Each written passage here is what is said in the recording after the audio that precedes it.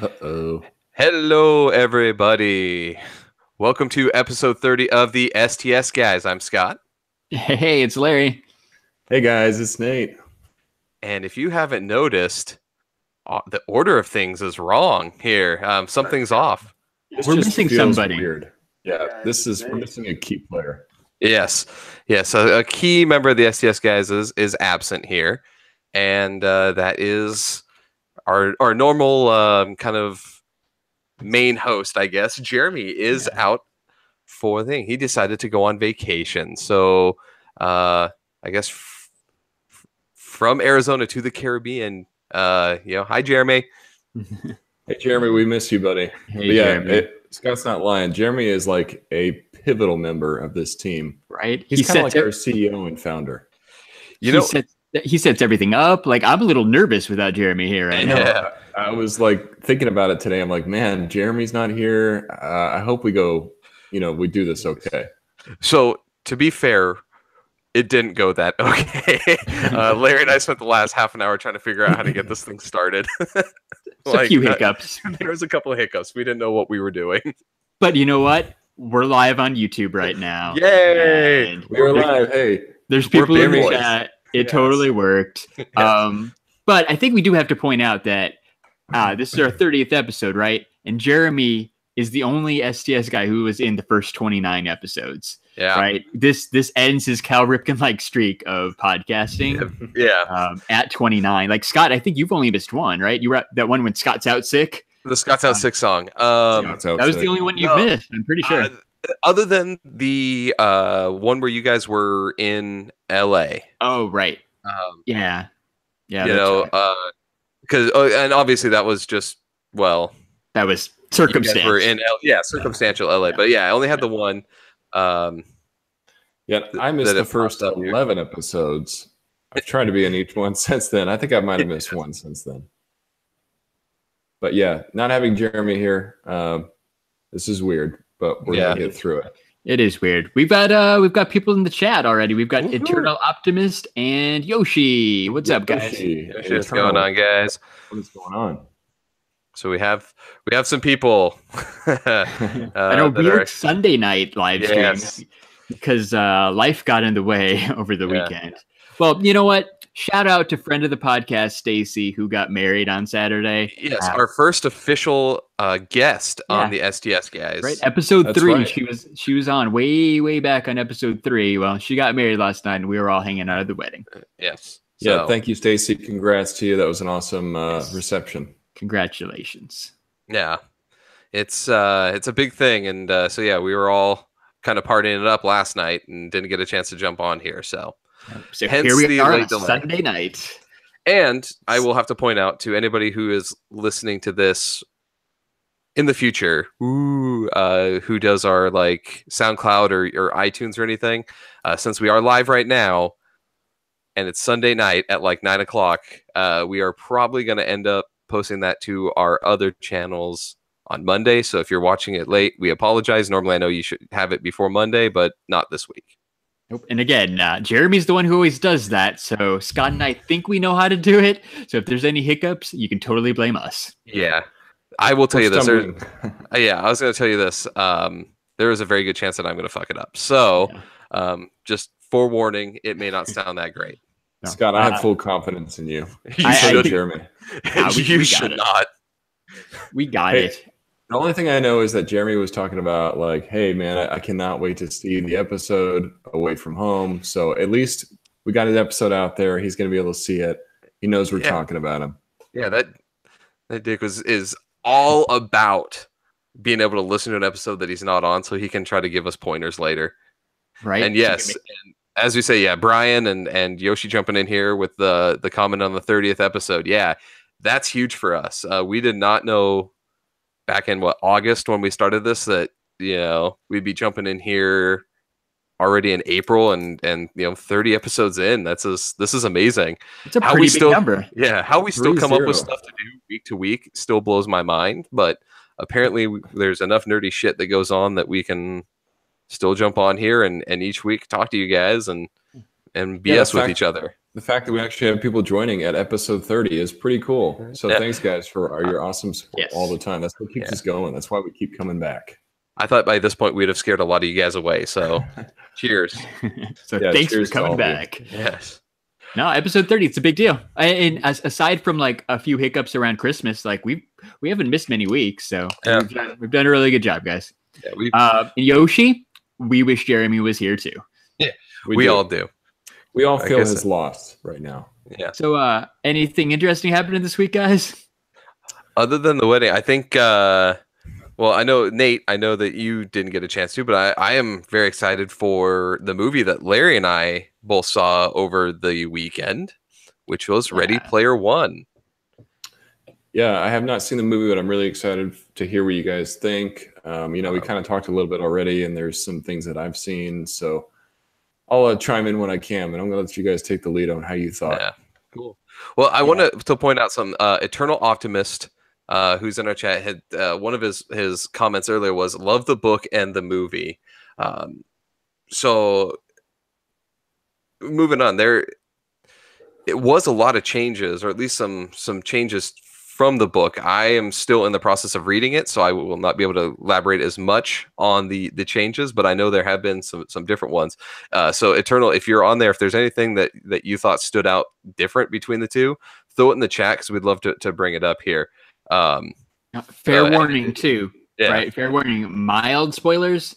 I don't think there's anything too spoiler heavy, but we are going to talk about the movie. So if you haven't seen it and you don't want anything ruined, you might want to skip ahead, 20 minutes or so. So go through. So first off, I very much enjoyed the movie. It was a good, time, a good way to sit and spend, a couple hours. It wasn't this giant blockbuster that I thought it was gonna be, but when I sat down, I really enjoyed it just for what it was, just kind of this fun, nostalgia-filled movie with basically everything that I love from the 80s and 90s.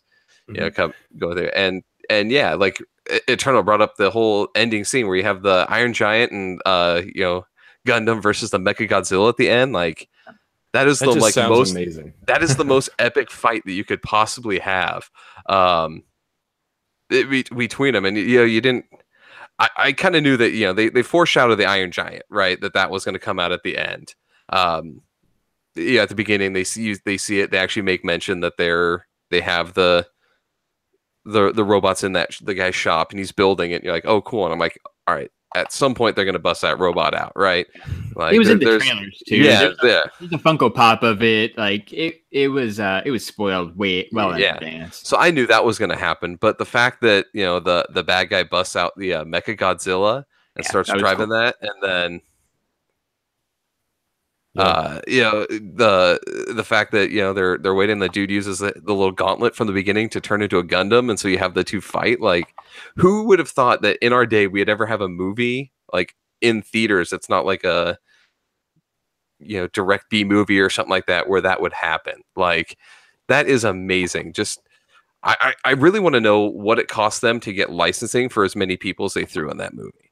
That was the question I had, is like, what was, out of all the production, what was the licensing cost that had to go through? Yeah, right. That's a really good question. I didn't really think about that, but well, even just the time, like even if people just let their stuff go for super cheap, like somebody had to go out and contact all those different proprieties and be like, hey, we want to show, a Battletoad in our movie for a couple seconds.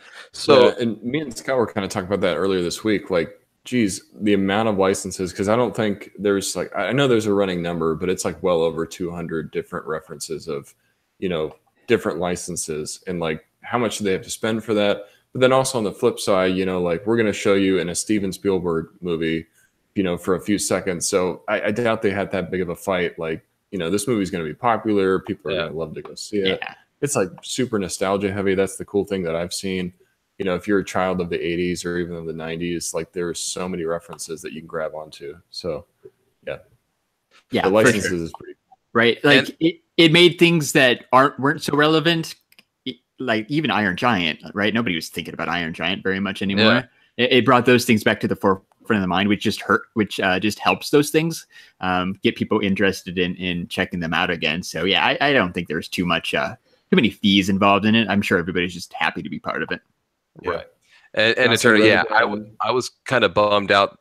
He's bringing up that they didn't have Disney, like a lot of Disney stuff didn't get licensed into it. So like Star Wars, any of that was missing from it, and it definitely should have been in there. So that was kind of the disappointment that you saw in like DC. Like there was at least I think 2 different versions of Quinn that I saw walking around at different points. So like DC like play ball. Like why couldn't some of these other people just, I mean, even if it's just for that split-second cameo, like, I mean, the Battletoads, or you see the guys from Halo for literally, like, there's, like, 5 Spartans on screen kind of running, and you're like, oh, that's cool, but it's for literally a split second, and then it moves on to another group of people, so.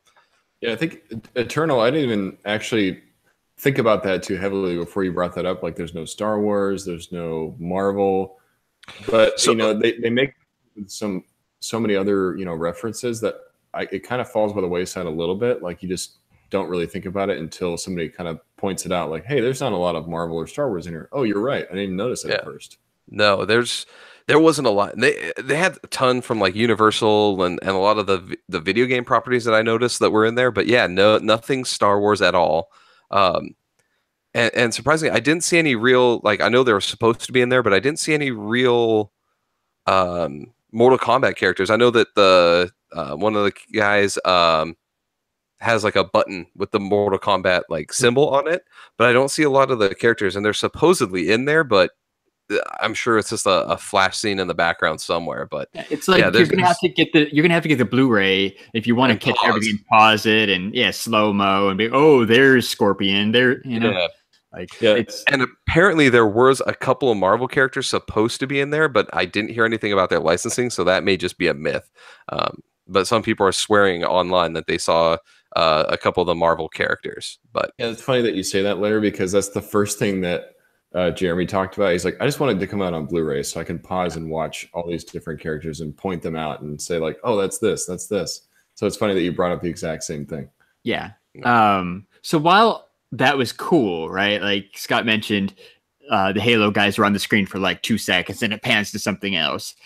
Like that was cool, but at the same time, that was one of the things I kind of didn't like, is that they never really focused on any of the references for very long. Like in the book, like it's been a while since I read the book. So if anybody in the chat's more familiar with it than me or Scott, like if you're going through it now and you remember things better than I do, jump in. But like I feel like the book focused in on select things, specifically kind of like the Atari games and stuff. Yeah. It spent more time like developing that knowledge. Like Parzival, like we learned more about how he was studying Halliday and stuff, but the movie kind of just glossed over that, and it's just like, you guys want pop culture references? Here's pop culture references. We're gonna throw things over here and over here and over here and over here, but they really weren't anything that drove the plot. They were just background characters or a vehicle, and it wasn't what I was expecting at all. Right. So, and apparently that race is not the first key, according to Eternal in the book. No, it isn't. Not at all. The entire first third of the book or more takes place at the school, because one of the main things is Wade can't travel to all the different parts of the Oasis because that costs money. He's isolated to only going to that school world, and it just dumb luck, right? And convenience of writing a book, it just dumb lucks into the fact that he's able to access that first key on that planet at the school. And then once he gets that, right, he gets the 100,000 credits or whatever, and then he has money to buy gear and go to the other worlds and travel and explore and get the sponsorships. That was a huge part of the book too, is like he became like a celebrity in the Oasis, and the movie totally ignored that entirely. They brought it up the one time and then glossed over it again. It was a couple seconds, right? Maybe a scene. When he went shopping, that was just a set bomb. When he in the movie, when he goes back to like the library, right? Everyone starts to flood him, and then they're like, "Oh, just use this disguise thing," and then they never bring up again that anybody recognizes him. Like after that scene, he goes to a club where you think everyone would notice him, and it. Like maybe 1 or 2 people like see him at the club, like, oh, that's him, but then move on. Yeah. So it's. Do you guys think that the movie could have benefited from a little bit more character development by adding in scenes like that that you are familiar with? Because it looks like he travels agreeing with you. Nerdsmithing is like, yep, So it sounds like kind of everybody's on board. That it should have benefited from the extra material. Here's the major problem that I had with the movie itself, and it was that first third of the movie. It was trying to set up everything, and you're like, he's doing stuff, and then you have that narration over it, trying to be like, oh, here's this character, we're going to build this character, you're going to hear him talk, and you're going to see that he lives in this really poor area, and this is all the stuff that he has to go through and all the crap that he has. But it really, like, in doing that, it really didn't build that character. It didn't really get me invested in him as much as I really would like to have if they actually took more time to build up that character, maybe show more than just like him logging in and immediately, going to do the race. And like, then you start the race. Like there's not much other than him explaining this world within like 10-minute little thing of like, oh, this is this dude. This is what he built. This is the Oasis. These are some of the planets. Like you don't really get to see like all the planets of the Oasis. He only brings up the ones that are important to the story or going to be important to the story in the future versus, like you said, in the book, you have time to actually sit and world build and actually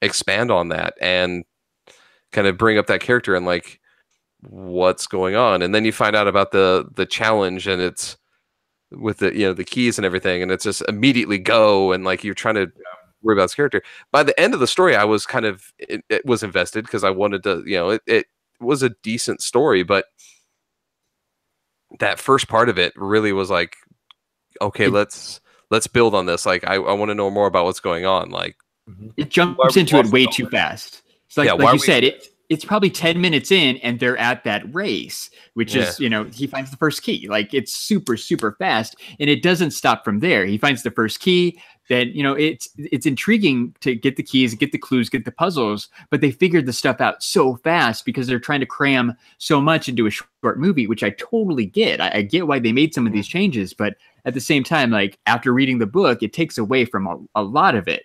And Nerdsmithing actually points out in the chat one of the things that I thought too. He says that they spend a lot of time in Halliday's childhood room at the beginning of the book. And that's true. That sets up a lot of who Halliday is, why, like what pop culture references he cares about. Like in the movie, I feel like they're just like, oh, here's Halliday. He built this world called the Oasis. He loved pop culture. Done. Like, you don't get any examples. It's just like, he loves pop culture. Doesn't everybody love pop culture? Yeah. He is about as old as Larry and I and loves all when he built the thing. So he loves all the same stuff. He's an 80s kid. You know what that means, right? Yeah. So you don't get much. Like at the end of the movie, too, like non-spoilers, like they're in that childhood room and that's where you see the Joust poster on the wall. That's where you see this and that. But again, it's just these quick background references, like a lot of the characters, and you don't get to spend any time learning about that. Like you totally miss that from the book.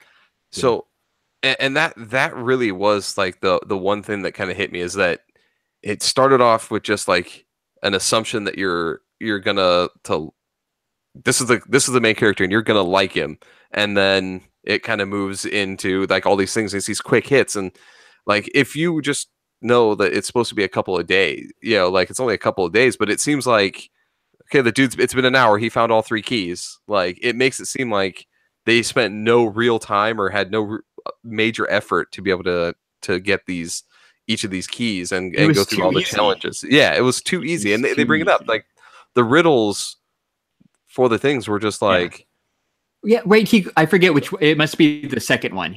Parzival goes away for a couple minutes, and then he comes back to Artemis, and then she's like, "Hey, guess what? I solved it." Yeah, like, where she says like, "Oh, I've been gone for like 20 minutes or whatever." Like, right? And I solved it. It was super easy. You just weren't thinking about it right. But like the book, I don't think they solved it pretty quick. Like I feel like there's one of them where they struggle with for like months or something, and then finally somebody cracks it. Like that's part of it too. There's it was a challenge. It's supposed to be a challenge, but we didn't get it. Yeah, it's I think character development, like we've seen in some modern movies, is so important. So when you start thinking that everybody's just gonna fall in line, like, okay, you know who this guy is, you know where he's from, you kind of lose a little bit of the connection with the characters, so you just don't care as much. Like, do you think this movie could have benefited maybe from being split in 2? Is there enough content to do that? 100%. Or should they have just set it up a little bit better? Yeah, no, in my take, I kind of hate the new age trend of doing the trilogy movie, and I think this one could have been split into two. Yeah, it's not a trilogy by any means, but I think you could have cliffhangered it a little bit after they get like the second key, and then I don't know, something happens, right, where it just looks like Parzival's going to lose, and then you bring it back, and it would give you more time to develop up that final scene too, and make it just even more cool. Honestly, what I would have liked to have seen is kind of like take the first like split in two movies. Take the first half or so of that movie, that first movie, just building the Oasis. Have him be able to go through the different, through the Oasis, go to the different things. Show us some more of those things. Don't just be like, all right, here's the war planet. This is the sports planet, and just pass over those real quick. Show him playing the Atari games and mastering them. Show me that. Show me him watching War Games 50 times. Just show me that stuff. That would be so cool. Show what he's going through, and then have the second half of that movie just be him getting the first key. And when he gets the first key and he gets all the money, end the movie there, and then maybe they find out who he is, right? Because you need a cliffhanger. I think you could set it up where you get that cliffhanger. You're like, oh, is he gonna win or not? He's got the key, and they know who he is. Oh no! Exactly. And then second movie, you can split up the second key and the final key in that big epic scene, and spend more time on that end scene. And spend more time on kind of all the stuff that they're doing outside of the Oasis, really, to find those keys. I think it would have benefited a lot more having that split into two and spending more time building everything. You know what else they could have showed more of? They could have showed him playing Adventure more. I feel like that whole thing super quick. Like that's the only video game like they actually show a screenshot of or whatever, right? Like they could have focused in on that a little bit more because I really enjoyed that part. I enjoyed that part so much I went and dug out my copy of Adventure on Atari. Nice. Yeah, I saw your story. You have classic games in there today. Yeah, I'm slowly cleaning out my garage. So I did my on my personal Instagram. I did my cleaning out my garage story where I throw things on the garage floor and take pictures of them. There's some classics in there, man. But I think you guys have a good point. Like this guy's supposed to be like a master gamer. Like show us. You could really milk those old licenses. Show us playing some really classic games, and maybe show him that he has the high score. Like sell us on the idea that he's like this master gamer and he deserves to be in the position that he's in. Yeah, and we don't get that at all. Because that's part of the reason why he's the guy who's supposed to win too, because he's kind of like the chosen one because he knows all this, because he paid his dues, he bled to try to, he knew this was his ticket out. Like this was what was going to save his life was by winning this contest. You don't get that at all. Like it's just like, oh, Halliday died. He did a contest. All these people are going for it. So is Wade. Oh, guess what? He already got a key. Done. Yeah. Oh no, he got this thing. And Eternal Optimist kind of brings up that thing, like the reveal of who Artemis was and everything. So fast. And then the other thing that got me kind of annoyed is she locks him out of the building, sends a text message, and then all of a sudden H and the other, for the life of me, I can't remember the other two guys' names. Show and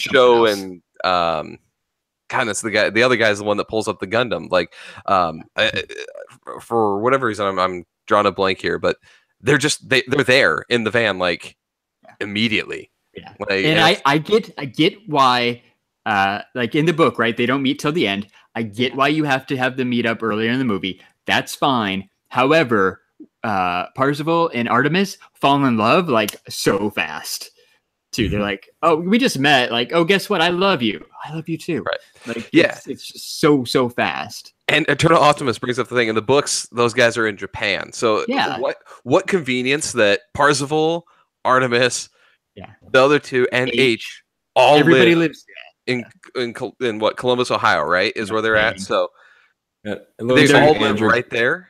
Andrew Kai agrees with you guys. They could have used some more world building. So it sounds like kind of everybody's on board. Like, hey, you skipped a lot of vital points from the book that were actually really good pieces of the book that help tell the story. Even that, it's just, you have a movie that has this much epic stuff in it.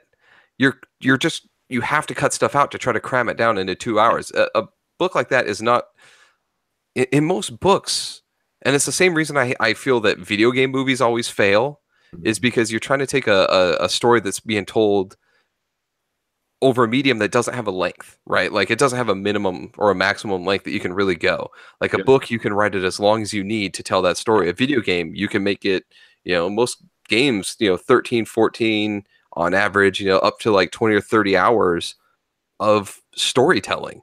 Yeah, versus a movie you have 2 hours. Yeah, and in a game, you're kind of creating the story, even though sometimes there's like a set kind of background story. You're kind of the main reason why it excels. So when you try to remove that part, you're like, oh, this is just a separate world with its own story. It kind of just feels weird. It doesn't really work well. No, so I agree. So it doesn't work unless you can take that and split it out. And I think that's why the Lord of the Rings, how they did the 3 movies trilogy, was one of the few book trans things. Now, The Hobbit, you went too far. Like, that one could have been done in 1, maybe 2 movies and called it good. But like Lord of the Rings worked because they actually spent and said, okay, we're going to focus on this part, the first book as the movie. We're going to make 3 really, really, really, really, really long movies. But they made them extra long to fit everything from the book in. Yep, and you can't complain about stuff being left out. That's for sure. Yeah. Yeah, and the story progressed so well because I felt like I knew so much about each character. Like they took the time to flesh out the story. But I think to Scott's point, it goes south when you have The Hobbit and you're like, okay, I don't even understand how The Hobbit could get split into so many movies. Right. Because when you read the book, it's not as complex as Lord of the Rings. They just wanted money. It's a money grab. Yeah. And they did kind of the same thing where they rushed into the characters, like with all the dwarves. Like each of them had like a story behind them in the book. At least they kind of mentioned all the things, but like this is this guy, this is this guy, this is this guy, this is this guy. These are the only ones that you have to they have to worry about. Like, and okay, let's move on with the story. So Nerdsmithing says same with Harry Potter. Yeah, that's a really good example too. Yeah, right? Those are movies that got adapted from books that did it right. This was close. Like, don't get me wrong. Like, we're kind of bagging on it, but it was a pretty good movie. They did good with what they had to fit it into 2 hours or whatever.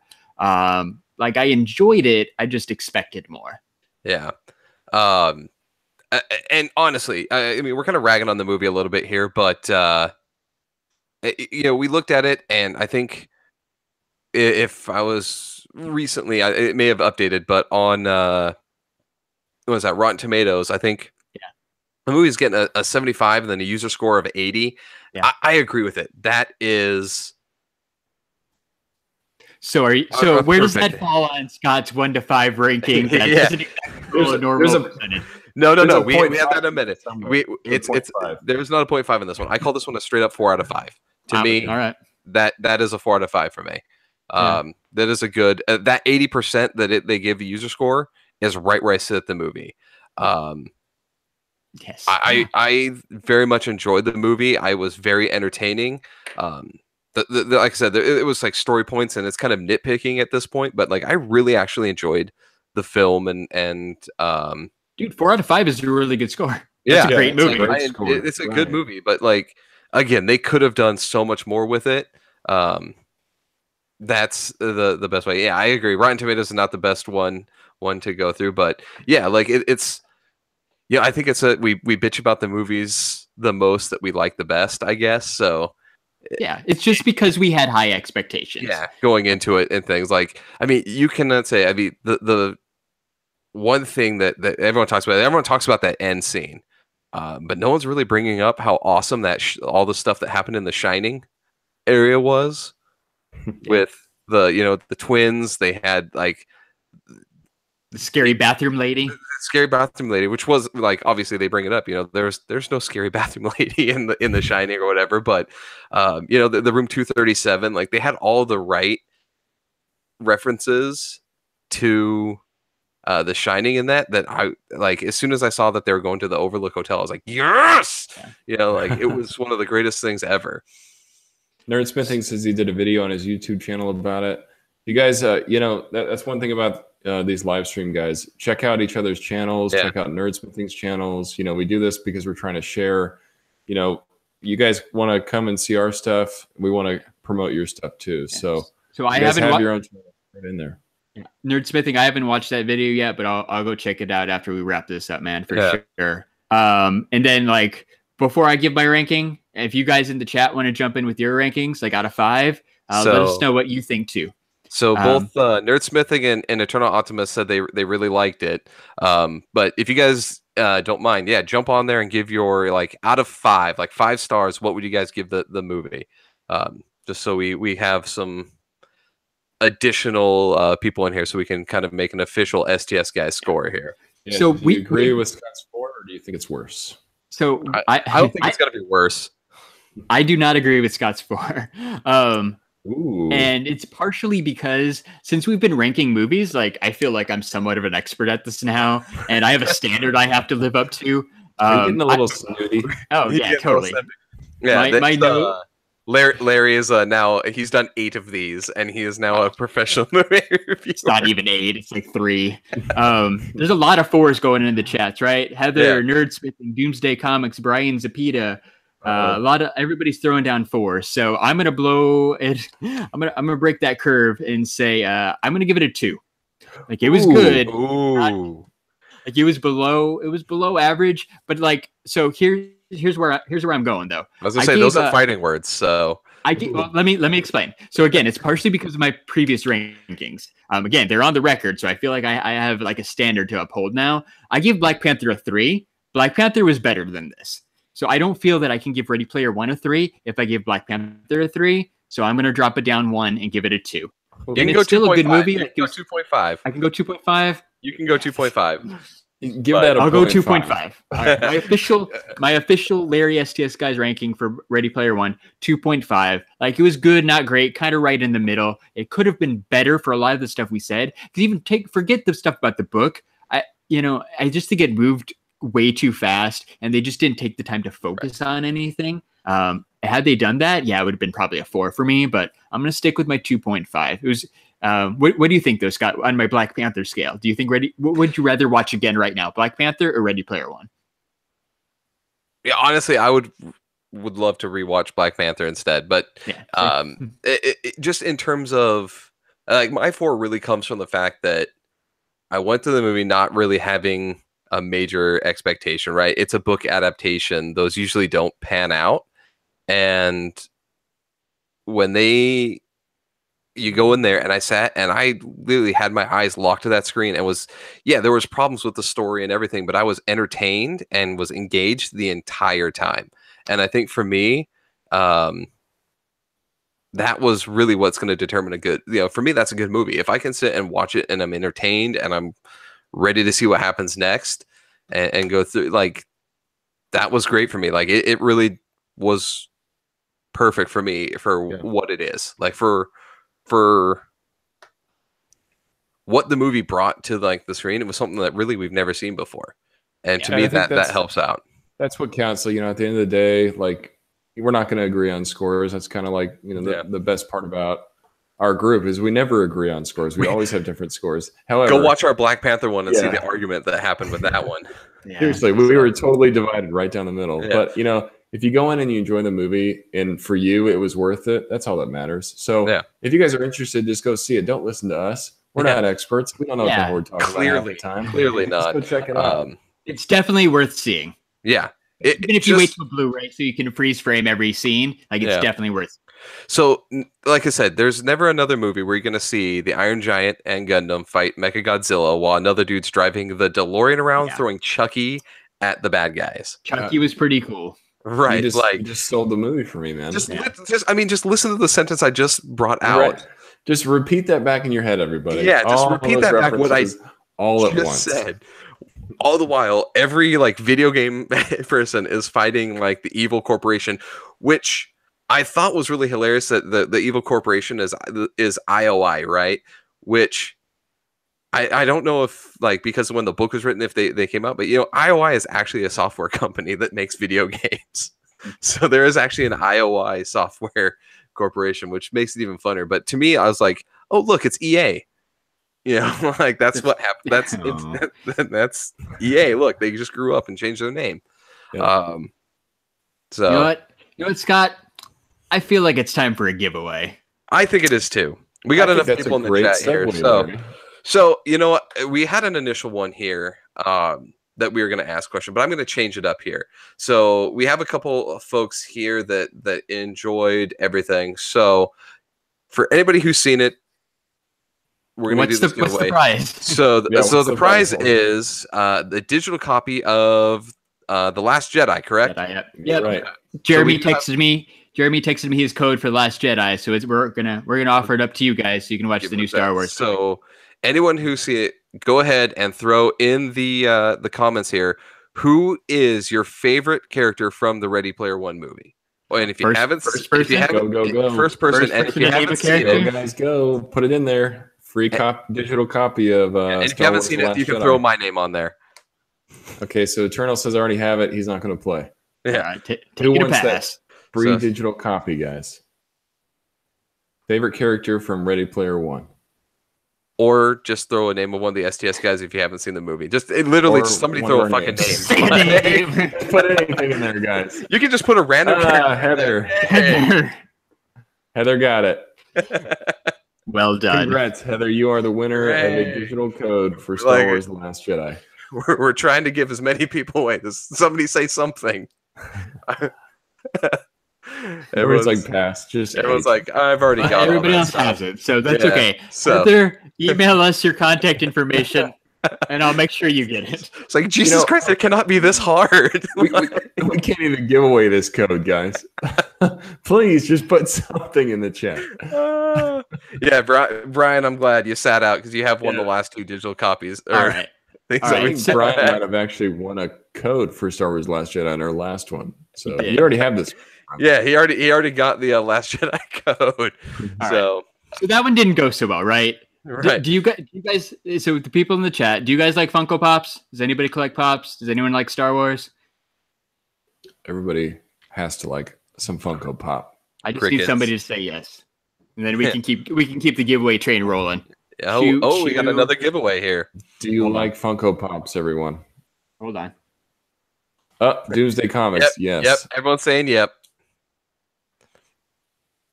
Larry's getting something down from his wall of things. Oh, I heard some stuff fall. Larry, are you okay? I'm good. I got 3 yeses, but it looks like Doomsday beat people to the punch. Oh no, that wasn't a question. That was just I wanted somebody to say they wanted a pop before I stood up and grabbed a pop and kicked. We're trying to give away free stuff, and we're trying to gauge if people actually care. All right, so this one, if you would like to win a Jabba the Hutt Star Wars Funko Pop, tell us what our last video was about. So the last video we posted, we won a Funko prize pack. Our last Funko video. Yep. So what was the last video about? What type of pops were those from that video, from that contest we won? It's pretty easy. I'll give you a hint. It's a video game. So let me know. First person says it gets this Jabba the Hutt Funko Pop. Yeah. So just if you look at our channel, we won something from Funko. What did we win from them? Like, what was it? Like, what did we get in? Keep guessing, Nerdsmithing. We won some pops. We got what property was it from? You could just drop out of the live stream and go look at our channel to see what it was. It's pretty easy. How about this? While everybody's looking for that answer, let's drop. We're being so generous here. We have a giveaway that's going on currently, don't we, guys? I think it's called the Super Mega Prize Pack giveaway. Did you say Super Mega Batman Prize Pack giveaway? He did say Super Mega Batman Prize Pack giveaway. I did say Super Mega Batman Prize Pack giveaway. If you guys haven't entered already, you are missing out. Go to stsguys.fun. There is tons of ways to enter. We have daily entries. You're gonna want. Got to cut you off here. Nerdsmithing just won. He got the Cuphead. Congrats, Nerdsmithing. You got it. Yeah. You won a Jabba the Hutt Funko Pop from my personal collection. So keep a heads up on your channel. We're gonna send you a. Dude, email me. Yeah, email us. Email Larry. Email Larry at STS Guys with your info. I'll put in the chat here. Yeah, and we'll get your stuff.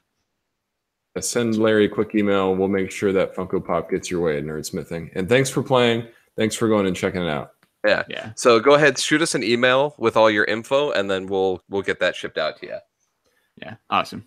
Eternal Optimist, thanks for subbing us up, bro. If you got a channel, I'll check you out too, and we'll sub back. Yeah. So yeah, anybody, as we've said before in some of our other streams, like a lot of the people that are on here, like if you have channels, and let us know that you guys have one, so we can, give you guys a shout out and try to send anybody that jumps on the stream your way as well. Like we're definitely down to help out our YouTube nerds and just our fellow nerds. So yeah, let us know, guys. Like, next time we have a live stream, we could be doing another giveaway. So we appreciate you being a part of it. Yeah, so sure. Nerdsmithing, like you said, you have a channel. Definitely, everyone go check that out.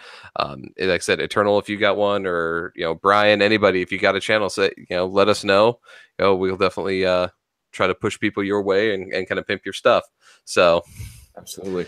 Well, I was in the middle of talking about the Super Mega Batman prize pack. I know giveaway. Were you talking about the Super Mega Batman prize pack giveaway?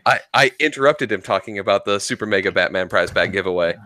So like I was saying, guys, if you haven't entered already, go to stsguys.fun. There's daily entries available. There's lots of ways to get entries. Hopefully you have by now. There's only about 3 days left.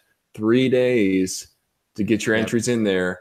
And there is a ton of Batman stuff. Pops, comics, all kinds of cool stuff. If you haven't seen our video, go check it out. Pepper shakers. Yeah. Batman and Robin salt and pepper shakers. I mean, who doesn't want that? Yeah. Yep. And Nerdsmithing did bring up one of the big things. There is that Riddler chase. So for any Funko collectors, there is the chase. It's the Riddler. I think it's him in a kind of the old school costume, right? Is the chase. So I think he's like wearing a suit or whatever. He's wearing the question mark suit thing. Yeah. So I've got the basic one right here, but it's he's wearing black. So he has the full, like all the different ones, right? So that's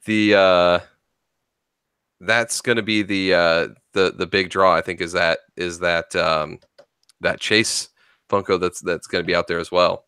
So just kind of a update announcement. Like Nate said, the contest ends on Wednesday. We decided though we're not actually going to announce the winner until Wednesday's the 11th. We're going to announce the winner probably on April 21st or whenever we record the podcast that weekend. Because Jeremy wanted to do it live on the podcast, but we have to wait till Jeremy gets back. So there'll be a slight delay in announcing the winner, but we will be for sure picking a winner live on the podcast the weekend of April 21st. And I always tweet out when we're going to record because it does vary a little bit, but I'm pretty sure it's going to be Saturday that week. So April 21st to find out who won all that cool Batman stuff. Like Nate said, I think it's like 10 things, man. It's a pretty hefty price pack. And just so everybody knows, we're already working on the next one. I made a new friend on Twitter the other day who's going to hook us up with a special item. So be sure to check back because the STS guys, we just keep the giveaways coming, man, for sure. Yeah. If you guys don't know already, we love to give back to the community. So this is not the last giveaway by any means. So we figure we should give you guys stuff for listening to our dumbasses rant, every week. So yeah, that's why during these live streams, the past few ones, we've been giving away stuff. So it might benefit you just to join in, stop by, see what we're giving away, and hang out with us. Yeah, come have fun talking mad crap about the things that we love. So in your face, Ready Player One. Take that, great movie. Yeah, Larry gave you a 2. He does not like you. All right. Oh, so Nerdsmith says it's 5 days before his birthday. So happy birthday, Java the Hutt Pop for Nerdsmith. Nice, dude. That's awesome. Happy early birthday. Glad that worked out. You know what? And I'm gonna throw in a bunch of STS guys stickers and stuff in that pack too. So you can wrap us. You can wrap us on your binder or your laptop or whatever you want. I'm throw them around town. If you have a Circle K close by, just throw one on a gas pump. Yeah, the STS guys do promote vandalism apparently. So according to Nate. As long as you take a picture of it so we can see. Yeah. I don't care. I've seen the back of the stop sign or whatever it is, so everyone can see it on the other way. Yeah, do it. I guarantee you, Jeremy's leaving an STS guy sticker somewhere internationally before he comes back. Right? Well, that cruise ship is going away with at least one.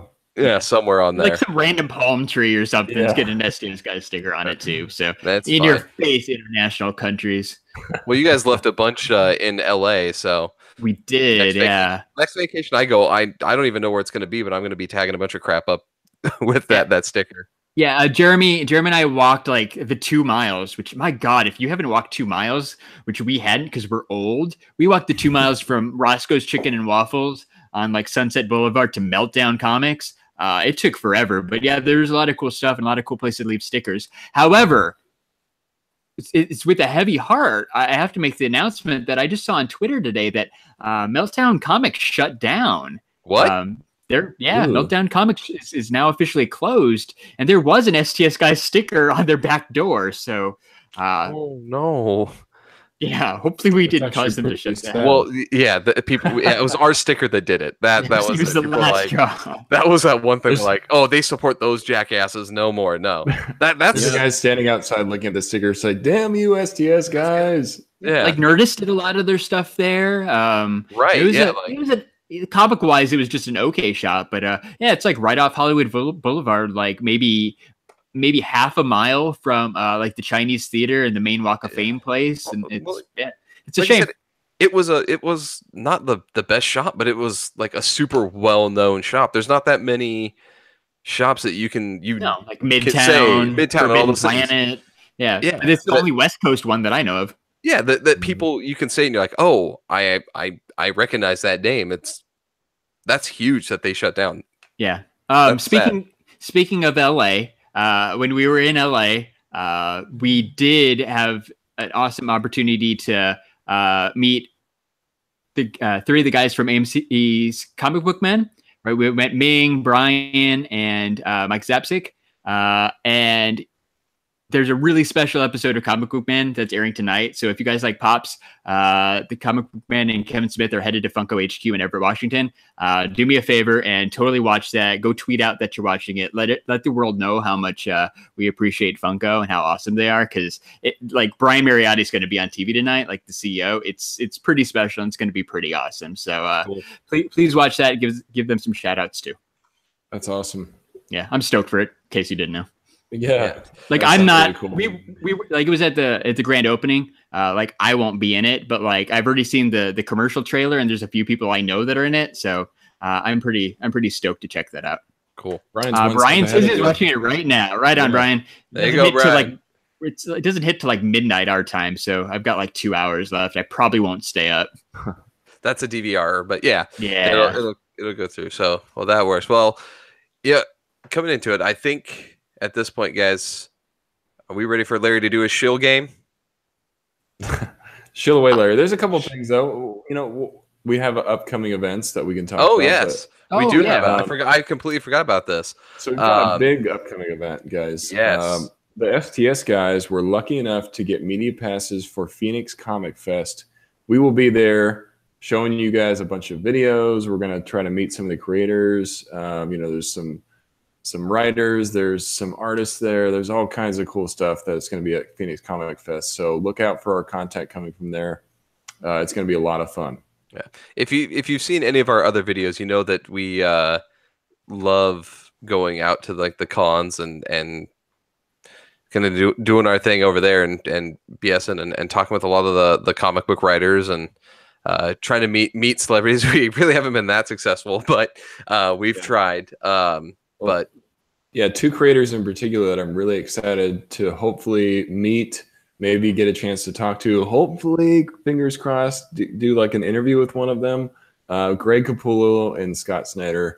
I've been huge fans of these guys for a long time. I really got into them from Batman New 52, but even Capullo from earlier from Spawn days.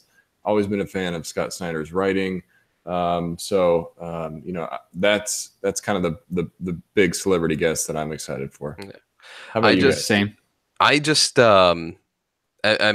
hoping that we can definitely get in to see them because I know that's going to be a big draw.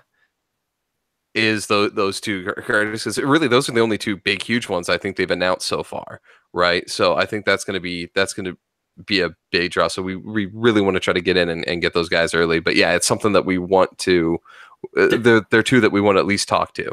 They're the biggest comic book guests, right? Yeah. But like Phoenix Comic Con's done a great job, or sorry, Phoenix Comic Fest, whatever it's called. I don't want San Diego Comic Con to come sue me.